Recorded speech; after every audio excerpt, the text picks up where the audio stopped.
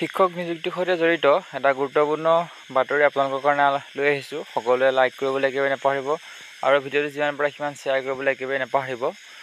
প্ৰথম কথাটো হৈছে যে এই যিটো বাতৰি ওলাইছে BTR ফালৰ পৰা, সেই বাতৰিটোৱে আগন্তুক যি LPUP নিযুক্তি হ'ব BTRৰ শিক্ষক নিযুক্তিৰ ক্ষেত্ৰত, তাত কিবা প্ৰভাৱ পেলাব নেকি? এতিয়ালৈকে অফিচিয়েল খবৰ অহা নাই। আমি আহিলে আপোনালোকৰ সৈতে আলোচনা কৰিম।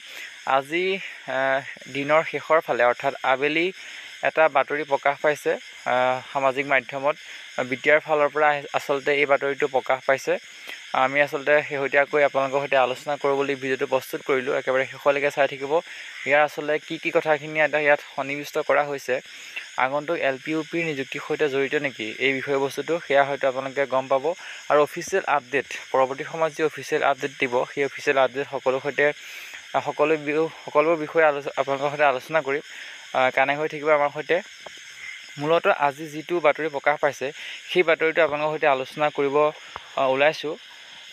দিছে যে ৰাজ্যত শীঘ্ৰেই আৰম্ভ হ'ব বিদ্যালয়ৰ অতিৰিক্ত প্ৰাদেশিকীকৰণ প্ৰক্ৰিয়া। 2020 BTR চুক্তি অনুসৰি এই সিদ্ধান্ত ৰাজ্য চৰকাৰৰ, অৰ্থাৎ সম্পূৰ্ণ এইটো DWE লৈছে বুলি ক'ব লাগিব। অসমৰ শিক্ষা বিভাগে লৈছে বুলি ক'ব লাগিব। ৰাজ্য চৰকাৰৰ বিশেষকৈ ইয়াত উল্লেখ কৰিছে, নিৰ্বাচনী আচৰণবিধি উকলি যোৱা মাত্ৰেই চূড়ান্ত হ'ব সিদ্ধান্ত। অৰ্থাৎ আপোনালোকে হয়তো সকলোৱে গম পায় যে ইলেকশ্যনৰ ৰিজাল্টৰ পাছতে নিৰ্বাচনী আচৰণবিধি সকলোখিনি আঁতৰি যাব আৰু শিক্ষক নিযুক্তিৰ প্ৰক্ৰিয়া আৰম্ভ হ'ব। প্ৰাদেশিকীকৰণ হ'ব BTC বড়ো মাধ্যমৰ সকলো শিক্ষানুষ্ঠান। BTC অন্তৰ্গত বড়ো মাধ্যমৰ ক্ষেত্ৰত স্কুলৰ ক্ষেত্ৰতহে প্ৰযোজ্য হ'ব এই সিদ্ধান্ত। অৰ্থাৎ যি BTCৰ এৰিয়াৰ ভিতৰত আছে সেইবিলাকৰ ক্ষেত্ৰতহে প্ৰযোজ্য হ'ব, বাহিৰৰ ক্ষেত্ৰত প্ৰযোজ্য নহয়। প্ৰয়োজনত সংশোধন হ'ব 2017 প্ৰাদেশিকীকৰণ আইন। শিক্ষা বিভাগৰ শীৰ্ষ সূত্ৰই জনালে এই কথা।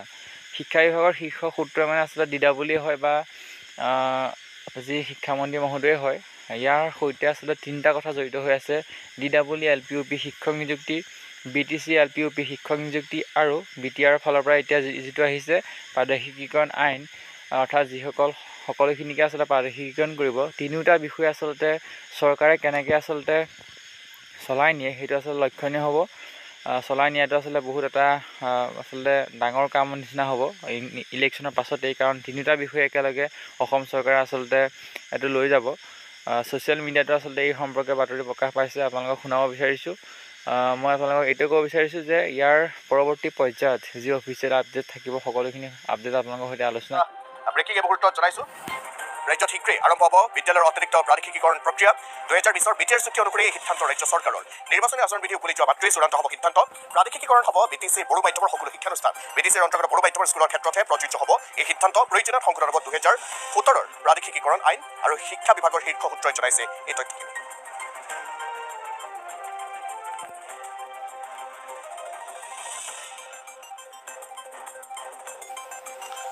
ফোনযোগে সংযুক্ত হৈছোঁ জ্যেষ্ঠ